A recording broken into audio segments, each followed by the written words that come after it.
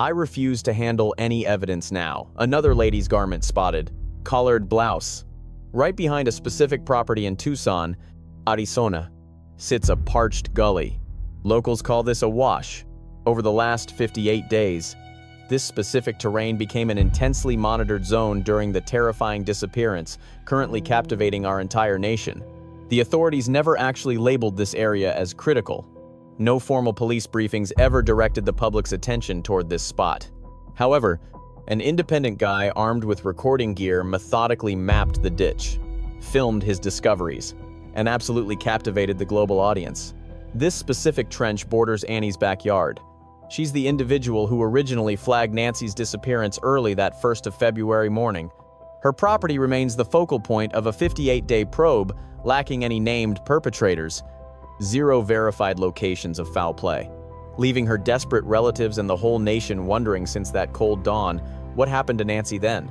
On March 28, 2026, day 56 of hunting, an online creator trekking through the ditch stumbled upon major clues. Several garments sat inside that exact same trench where detectives previously retrieved discarded trousers a few weeks prior. Local authorities immediately got the call. Officers know about it. The discovery is fully recorded. Pictures of the scene are now circulating online. How did the cops react upon arrival? How might these objects trace Nancy's final steps? And does this spot right past Annie's backyard completely shatter every single working hypothesis we currently hold about the mystery? We are unpacking all of that today.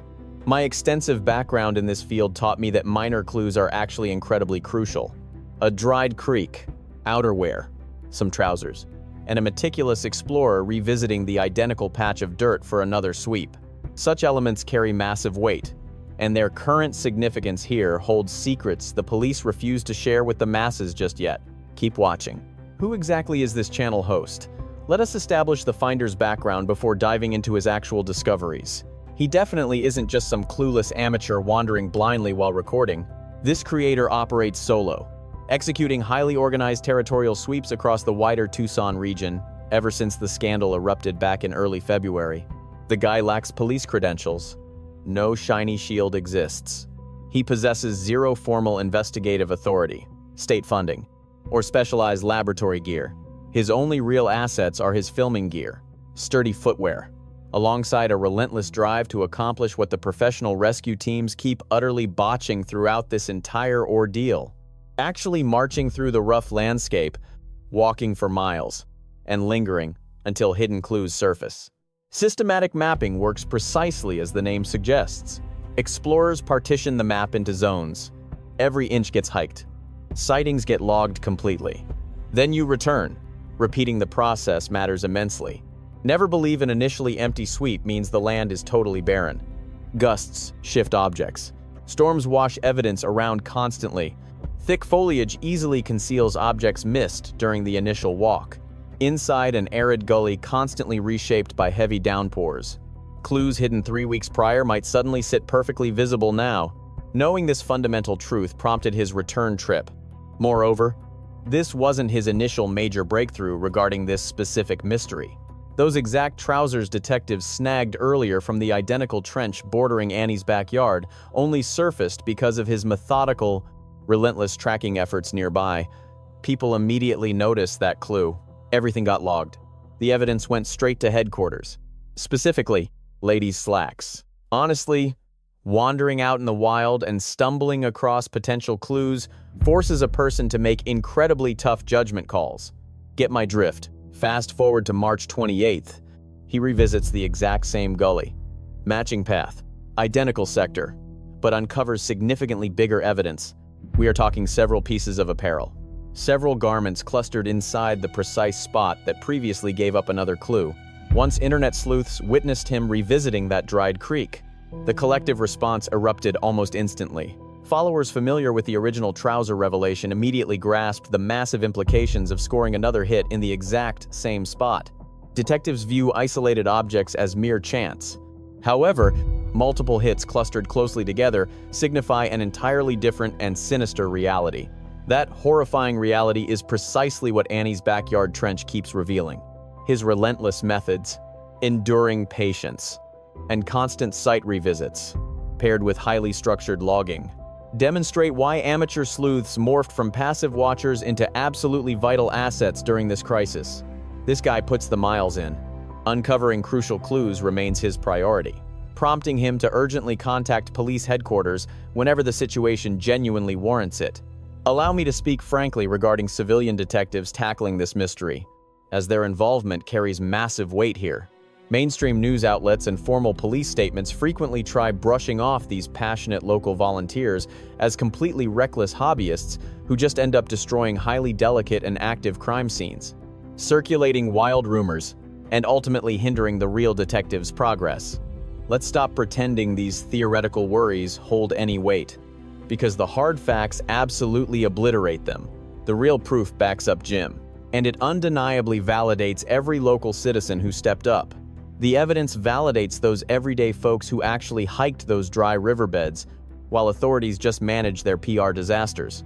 What Jim actually handed the cops, on 2 separate occasions now, is concrete proof pinned to a specific spot, snapping untouched photos of the scene before ever making the call, and filing it perfectly through official channels, creating an undeniable paper trail they cannot easily bury later. That is textbook evidence collection by a regular guy, and it demands absolute respect. Now, let's break down the actual terrain of this dried riverbed, because this specific location is everything. It forms the very core. Every single detail we cover regarding the discoveries, their implications, and the completely unacceptable police reaction traces right back to the physical landscape. Therefore, we need to spend a moment genuinely mapping out this rough environment. The drainage ditch behind Nancy Guthrie's property cuts directly through a Tucson neighborhood, right under the local sheriff's watch. If you aren't familiar with the Sonoran Desert or the Southwest, a wash is basically a natural, dry riverbed, also known as an arroyo. It stays completely bone dry for months or even years, until monsoon season triggers incredibly violent and sudden flash floods. These deep ravines carve right through the arid terrain and snake their way directly between suburban backyards, linking faraway spots far better than any normal paved street ever could. They are literally woven into the very fabric of how this entire city was constructed. You could spend decades living right beside one of these trenches without giving it a second thought. It acts like a backyard quirk, a gap in the property line, and a defiant strip of raw wilderness smack in the middle of a modern suburban neighborhood.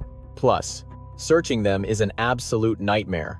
These gullies are constantly choked with Palo Verde trees, dead cactus husks, dense brittle bush, and thick creosote. The terrain is incredibly jagged and rough. The floor might drop 12 feet below street level, or level out completely right before dipping underneath a concrete highway bridge. They aggressively shrink and expand without any warning. Since they channel raging waters during heavy storms, they naturally sweep up absolutely everything else along the way, including heavy debris and random plant matter, grabbing whatever gets dumped nearby. One quick surge of floodwater can effortlessly drag heavy evidence 50 yards down the line. It could easily entomb a clue under 6 inches of thick mud, or dump it right out in the open where nobody would ever notice it until a dedicated local stumbled past. The ravine right behind Nancy Guthrie's place matters for one massive, crucial reason that you absolutely need to grasp right now. It offers a perfect, hidden escape path leading straight away from her property without ever needing to step foot on a public street, eliminating the need for a getaway car that might trigger a neighbor's security camera, leaving 0 footprints on concrete, avoiding any chance of a passing driver getting flagged by an automated license scanner, and ensuring nobody looking out their bedroom window at night would spot a person slipping out the back, pushing through thick brush and jagged rocks, and disappearing down a dark, winding ravine. That specific escape path would be completely invisible to every single security monitor in town. And in an investigation where the biggest burning question is how an older woman like Nancy Guthrie vanished into thin air without a single witness, that fact changes everything. The authorities have known about this hidden trench since the very beginning of the hunt. Finding those trousers earlier wasn't even the first time locals practically begged the detectives to thoroughly scout this exact dirt pathway. People argued about this spot for several weeks straight. Then, on March 28th, it practically screamed for attention once again, upgrading from discarded pants to a mysterious jacket. Wait, hold up. You guys really need to check this out. Yeah, I totally missed that at first glance. Do you notice those dark stains right there? Seriously, man. That absolutely looks like dried blood to me. 4 pairs of pants. Several random belongings, all dumped in the exact same gully. This location isn't a coincidence. The actual landscape is practically screaming the truth. Here is the critical piece that always gets ignored when we just theorize about this ditch. We are discussing a brutal landscape that the lead detectives have probably never even bothered to hike. Staring at a flat drone map from a desk is nothing like sweating out there in the actual dirt. Looking at glossy pictures will never truly convey how steep those drops really are, or just how incredibly tall the weeds grow along those outer edges, or how eerily silent it gets after dark, or how quickly the sandy floor can swallow a dropped item whole. But Jim actually put his boots on the ground and walked it. And Jim knows damn well that those crucial clues he uncovered on March 28th weren't just tossed there by some random stroke of bad luck. They were hidden in a spot you have to purposely hike to, arriving from an angle that paints a very clear picture of their exact origin point. The dirt never lies or plays politics. It just hides its secrets until uncovered. So what was actually found on March 28th, 2026? Let me break down the exact, verified facts right now, because absolute clarity is our only weapon when wild rumors are spreading 10 times faster than the actual truth. Listen closely. The bombshell details I am sharing today come directly from an official X update posted on March 28th, 2026, by the user at HopeIsFaith24. This message directly responded to a true crime creator known as Bala Beer, while specifically tagging at Nancy Grace. Images attached to that very update form the absolute foundation of today's analysis. On March 28th, 2026, marking day 56 of the hunt for Nancy Guthrie, the searcher known as Exploring with Jim ventured back into the ravine behind Annie Guthrie's residence and stumbled upon several garments. Judging strictly by the visual evidence shared online, these recovered pieces seemingly consist of dark trousers alongside a matching jacket. Several garments were discovered in the exact same drainage ditch where another pair of trousers was located earlier. Captured images clearly display these materials resting on the ravine floor exactly as they were initially spotted, completely untouched. Nobody touched a thing prior to taking pictures. Jim captured them right there, perfectly following standard procedure for civilians, stumbling across potential clues in an active disappearance investigation. You never shift potential evidence around. You absolutely avoid repositioning anything just to capture a more aesthetic photograph. You simply record everything exactly how it sits, perfectly preserving the original state, and immediately contact the authorities. Jim flawlessly executed those steps after his discovery. He quickly alerted the Pima County Sheriff's Department about his unsettling find. The online thread explicitly verifies that this report went through. Local deputies officially received the crucial alert. Let me be perfectly clear about separating hard facts from speculation right now, because our strict platform standards demand total accuracy in every single video we produce. What are the undeniable facts? These garments actually exist. Their discovery was thoroughly captured on camera for the official record. Pictures clearly depict several pieces of apparel sitting in the ravine. That specific ditch sits behind Annie Guthrie's property. Law enforcement got the call. What remains entirely unproven is whether this apparel actually links back to Nancy Guthrie or the dark events of February 1st, 2026. Neither the local sheriff, nor the federal agents, nor any professional forensics team has officially bridged that investigative gap yet. Proving that exact link demands that professionals physically secure the materials from the dirt and conduct rigorous laboratory evaluations. It requires thorough genetic profiling or fabric tracing, followed by a formal police ruling.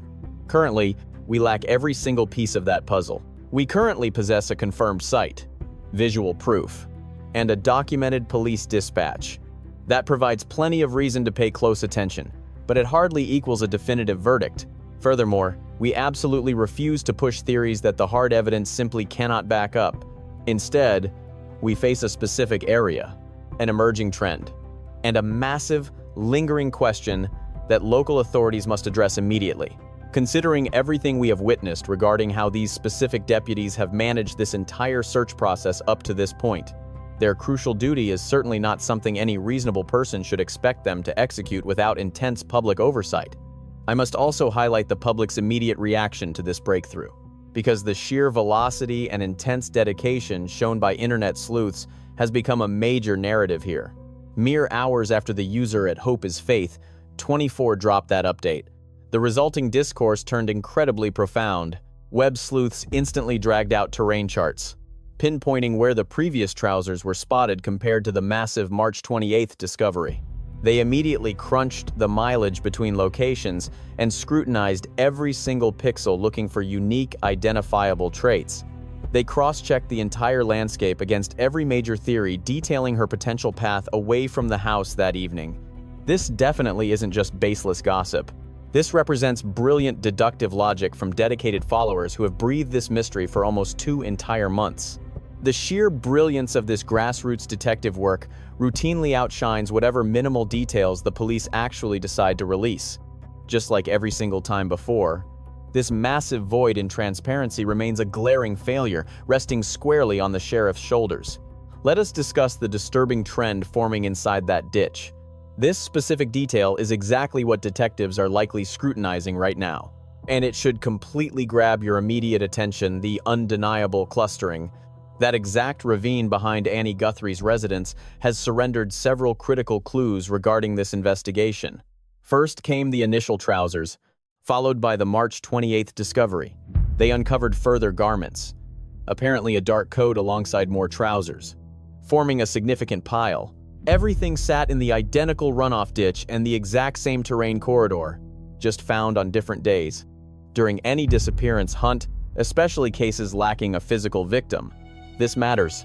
Discovering a tight grouping of tangible clues across a singular stretch of land remains the absolute holy grail for seasoned detectives. This is exactly how experts map out a suspect's path. It is the primary method for constructing an accurate chronology of events.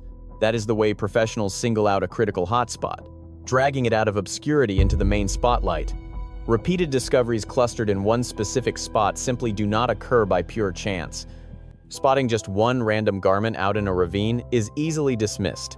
The wind might have carried it, or perhaps a random hiker carelessly left it behind.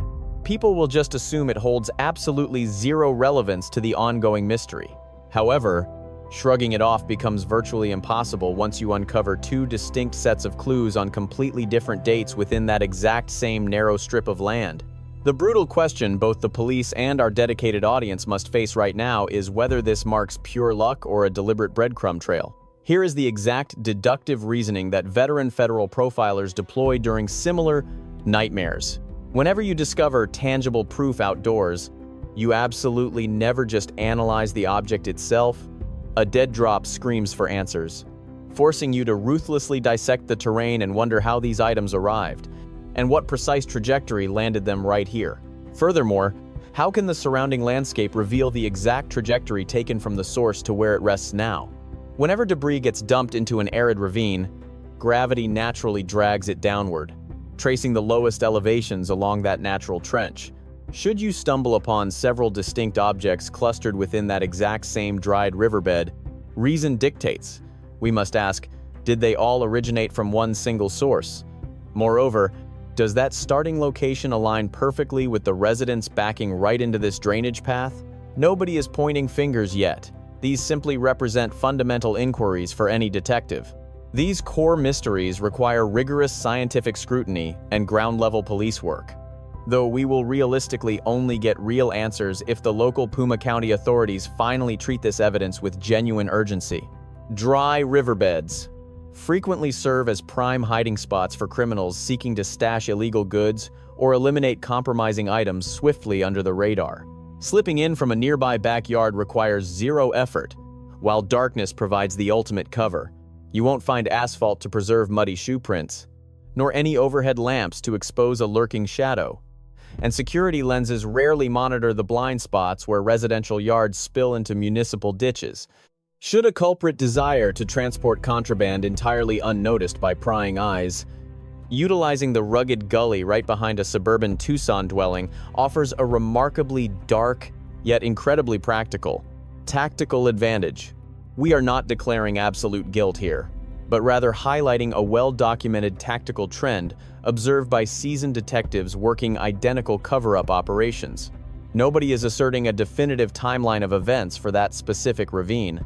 However, the local topography strongly justifies a deeper probe, especially considering the cluster of discoveries makes ignoring these theories completely irresponsible. It feels absolutely necessary to tackle a recurring theme that dominates public debates regarding these recovered physical clues. Namely, the severe contamination threat. Skeptics frequently wonder if these garments might have been weathering out there for ages, totally unrelated to our suspect, or perhaps dropped by some random drifter passing through. Admittedly, we can never rule that out entirely. Natural elements and public lands constantly invite unpredictable variables, which perfectly illustrates the indispensable value of rigorous laboratory analysis. Scientists examine materials to hunt for microscopic clues, hair strands, genetic markers, or bodily fluids that might link an object to a particular suspect or precise moment. True relevance is ultimately proven through empirical data rather than mere geography. Yet physical closeness still provides a crucial starting point. Geography narrows down our search grid significantly. Consequently, any ditch yielding numerous apparel pieces right beside the very house triggering this massive manhunt absolutely requires meticulous expert evaluation, dismissing any immediate skeptical pushback. Laboratory outcomes exist specifically to validate or destroy those lingering innocent excuses. This escalating sequence of clues insists we uncover the truth. So the Puma County authorities have received their official heads up. That specific declaration currently handles incredible heavy lifting for our ongoing probe, prompting a crucial need. We must comprehend its exact implications, especially considering the deeply flawed track record of local authorities managing this disaster. Allow me to outline the historical background, since perspective changes everything. Top brass Chris Nanos recently suffered an official vote of no confidence originating directly from his own ranks. This wasn't external criticism, but an internal rebellion. The very officers and staff taking his orders went on record to declare their complete lack of faith in his command abilities. This represents a monumental crisis. Such a structural breakdown highlights exactly why the current manhunt feels entirely chaotic. A sentiment echoed by former commanding officer Rick Castigagar. This is someone who intimately understands the internal mechanics, who grasps their daily routines and operational limits. And he openly voiced severe criticisms regarding the mishandling of our suspect's trail with razor-sharp precision. His statements carried immense weight and permanent visibility, much like the previous top cop, Dr. Richard Carmona, who sat in that same chair, bringing the phenomenal prestige of serving previously as the nation's chief medical officer. And he bluntly announced that this critical location suffered irreversible contamination. We are talking about total destruction, completely beyond any hope of scientific salvage. Hearing such catastrophic assessments from an expert of his caliber is chilling, yet the presiding leadership at the local precinct has entirely failed to provide any adequate counter-explanation. Viewed through this highly disturbing, verified, and undeniable history of systemic incompetence, merely informing the chief brings an ominous undertone rather than any actual comfort. Instead, it sparks deep anxiety. Since history keeps repeating itself, leads arrive, discoveries get flagged, locals hand over vital data, and then everyone just sits in silence. Ultimately, the official transparency regarding those submitted clues remains aggressively disappointing and frustratingly vague. A critical breakthrough just dropped the moment Jim uncovered this gear and alerted local authorities, triggering a massive wave of immediate, burning questions. Have officers actually shown up at the scene? Were boots on the ground to thoroughly sweep that drainage ditch? And are those materials now secured? Are these crucial clues properly packaged, officially cataloged, and securely stored in the precinct vault? Have crime scene technicians taken their own unedited snapshots of the area? Is anyone connecting the dots between this exact spot and those trousers previously abandoned nearby? Finally recognizing this undeniable sequence as a massive red flag. Has the Federal Bureau of Investigation, already deeply entrenched in this mystery, been brought into the loop? Official silence remains deafening on every front, highlighting a massive lack of transparency, while citizens desperately wait to see how police handle civilian-led breakthroughs in an ongoing manhunt. Everything is currently riding on this exact moment. Assuming investigators actually retrieve these objects, process them through a laboratory, and discover undeniable DNA ties to Nancy Guthrie, the entire investigation flips upside down. Following 58 agonizing days without a single verifiable struggle location or a reliable sequence of events, alongside 0 officially named suspects, finding scientific proof, tying this specific gear directly to our vanished victim shatters the current standstill completely. Even ruling out a false trail proves incredibly useful if lab tests eventually prove these recovered objects have absolutely nothing to do with her disappearance. Proper police work requires hunting down every single tip until it reaches a definitive dead end, rather than abandoning potential clues to rot inside a muddy ravine. Should authorities completely ignore this alert and refuse to treat a second major localized discovery with the absolute gravity it demands, you can bet our neighborhood will broadcast their massive failure loudly to the entire world. Let me be absolutely blunt about the disturbing bureaucratic pattern currently unfolding right before our eyes. Local officials over at the Puma County Sheriff's Office deliberately kept quiet regarding that initial clothing find down in the ditch. Ordinary locals were the ones who finally dragged that secret into the light. Detectives completely failed to warn anyone that the dry riverbed sitting directly behind Annie's property had become a massive hotspot for their search efforts. We figured that out on our own, and now we are staring at another undeniable piece of proof sitting right in that very same spot.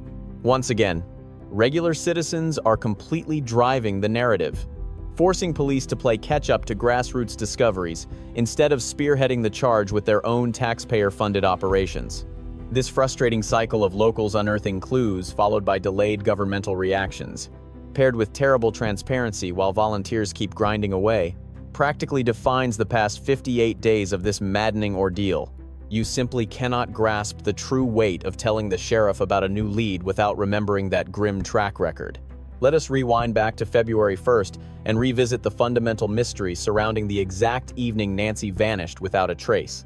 That specific date, February 1st, 2026, remains the explosive epicenter from which every single aspect of this tragedy ripples out. Now, that drainage channel running just past Annie Guthrie's backyard violently drags our attention right back to square one. 84-year-old Nancy Guthrie vanished from her residence early on the 1st of February, sparking an initial emergency dispatch that launched this entire hunt, triggering a massive domino effect that, 58 days later, still leaves us scrambling to reconstruct the moments right before the phone rang. We are completely blind to her late-night movements, her actual whereabouts, and whether she walked out willingly or was forcefully abducted. There is a terrifying possibility she never actually stepped outside, meaning the real tragedy might have unfolded much closer to her doorstep than detectives ever admitted. Nobody is just spinning wild conspiracy webs here. These represent the absolute core mysteries of the manhunt. And this growing pile of artifacts right behind Annie's property violently shoves these doubts back into the spotlight. We know for a fact that 0 security lenses caught Nancy making an exit, with absolutely no doorbell cameras spotting her strolling past any front lawns. Not a single neighborhood monitoring system flagged her on the pavement, and no automobile was ever definitively linked to driving her away. Failing to establish a logical departure path for an 84-year-old grandmother remains arguably the most maddening enigma here, simply because human beings cannot evaporate from enclosed rooms without dropping at least one breadcrumb. That is, unless she traveled through a total blind spot, slipping through a rear yard or hugging a hidden boundary wall, she could have navigated that murky ravine weaving through the neighborhood, entirely free from electronic eyes or overhead street lamps, trekking across rugged dirt that utterly refuses to capture shoe prints the way standard sidewalks normally would. Anyone familiar with the layout moving under the cover of darkness could use that backyard ditch as a perfect stealth highway that erases all physical traces instantly. From a purely tactical standpoint, that muddy trench sitting directly behind Annie Guthrie's place offers the ultimate invisible escape corridor. It acts as a massive blind spot that is forcefully dragging crime scene technicians back into the mud yet again. This zone has officially graduated from a weird coincidence into a glaring, undeniable sequence of events. Former Federal Bureau of Investigation veteran Steve Moore openly dissected this mystery, comparing it to similar victimless disappearances by explaining how detectives must reverse engineer escape paths using abandoned clues. Whenever you uncover a solitary clue, figuring out how evidence arrived requires walking backward from the exact spot it was uncovered right to its bloody source. Every element matters: the landscape, the weather, the ticking clock as you construct your theory piece by piece. That dried riverbed creeping behind Annie's property just handed detectives two critical clues for mapping this timeline backward. First, they discovered discarded trousers, then turned up a jacket and more clothes on March 28th, all dumped in that exact same spot. Following the trail backward from this pile of evidence leads predictably in one glaringly obvious direction, pointing straight toward the estate looming over the crest of that desolate concrete spillway. We aren't definitively stating what went down on February 1st. However, the physical clues are screaming loudly and gesturing precisely this way. When you are 58 days deep into a mystery lacking an official murder site or escape path, finding any heading is an absolute game changer. Let us frame this around the undisputed facts regarding the evening's chaotic schedule. Our victim, Nancy, wasn't declared absent until the sun came up. Whatever nightmare took place, the horrors occurred within a time frame we simply cannot narrow down yet. Those silent, dark hours spanning her final confirmed appearance, and that initial dawn distress call hold the key to this whole enigma. Navigating a dry gully under the cover of darkness is a completely different beast than hiking it at high noon. Plunged into total blackness without streetlights, a suburban neighborhood's rugged backyard terrain suddenly grants a killer an incredible amount of perfect camouflage. Things you'd easily spot under the blazing sun, like shifting silhouettes or the outline of human bodies sneaking past, vanish completely into the pitch-black shadows of a sleepy Tucson suburb. Furthermore, a ravine snaking behind properties, completely sheltered from road lamps, offers the blackest cover a city setting can possibly provide.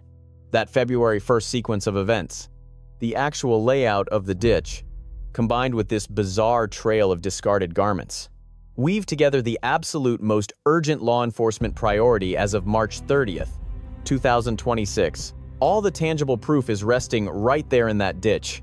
Local cops have gotten the memo now. Unfortunately, the ball is entirely out of the public's court.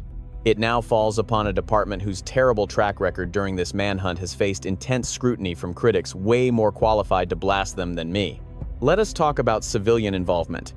If this tragedy proved anything better than any other modern scandal, it is the sheer power of armchair sleuths and rogue podcasters alongside dedicated internet forums, stepping up when traditional cops fail miserably to deliver the rapid-fire answers our society expects and this grim reality demands.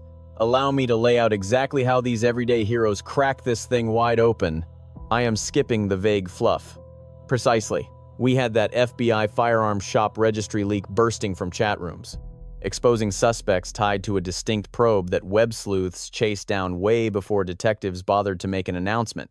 Then came the deep dive into the gory spatter patterns, highlighting those bizarre ring-like crimson drips and interior gore that internet nerds and solo experts picked apart relentlessly prior to a single official lab report dropping, tracking how those droplets hit the floor, deciphering impact speeds, and calculating precisely when and where the victim bled out. These folks were running advanced crime scene reconstructions, while the chief of police kept his mouth firmly shut. Don't forget that distinct college apparel. An Arizona sports tag noticed in the crime scene video by a web detective named Chai-Im, who boasts 193,000 tweets on X. And she felt so absolutely certain about her catch that she boldly declared she was handing the tip straight over to the feds. That massive breakthrough originated solely from ordinary people staring at open-source body cam clips. We also had the flashlight clenched in the teeth psychological tell, a blue-collar habit that forums flagged as a massive psychological fingerprint for a particular laborer boasting intimate knowledge of the property. Following that, we circle back to Annie's backyard gulch, scoured relentlessly under the blistering heat and thick weeds by a vlogger known as Jim, who stubbornly retraces his steps across that same dirt constantly, fully aware that nature shifts and an initial sweep rarely uncovers all the hidden secrets. Zero of these massive leads kicked off with a stuffy police briefing. Not a single one. Every breakthrough spawned right here among vigilant subscribers who were observing, decoding, mapping out sectors, and bringing actual detective brainpower to completely free, open-source data. Moreover, each specific discovery backed the authorities into a corner, making them answer, confirm, or backpedal. Do not underestimate that impact. That represents grassroots reporting boasting a degree of brilliance and dedication worthy of standing ovations, rather than arrogant scoffs. Which brings up a seriously disturbing dilemma we all need to deeply ponder right now. How are random civilians unearthing massive evidence that heavily funded, badge-wearing units cannot manage to dig up? Tuning into Jim's channel perfectly showcases that relentless grit. He is out there eating dust in the wild while local chiefs desperately spin media damage control and fight PR nightmares. He hiked back down into that ravine for one reason: the hard evidence screamed it was hiding something huge. This story leaves us with a lesson far bigger than mystery, or headlines. Truth often depends on ordinary people who refuse to look away. In moments when confusion, fear, and silence take over. Courage does not always wear a uniform. Sometimes it looks like a neighbor paying attention, a citizen speaking up, or a determined person choosing to care when others grow tired. It also reminds us that every detail matters. What seems small, forgotten, or meaningless can become the piece that changes everything. A single clue, a careful observation, or one honest report can move a search forward and give a hurting family another reason to hold on. That is why vigilance is not paranoia, it is compassion in action. But perhaps the deepest lesson is about human dignity. Behind every investigation is not just a case, but a person who is loved, missed, and mourned. We should never let public curiosity become more important than empathy. Justice begins when we remember that a victim is not a headline, but a human life with value beyond measure. In the end, this story teaches us to stay alert, stay responsible, and stay compassionate. Because sometimes the greatest act of humanity is simply refusing to be indifferent.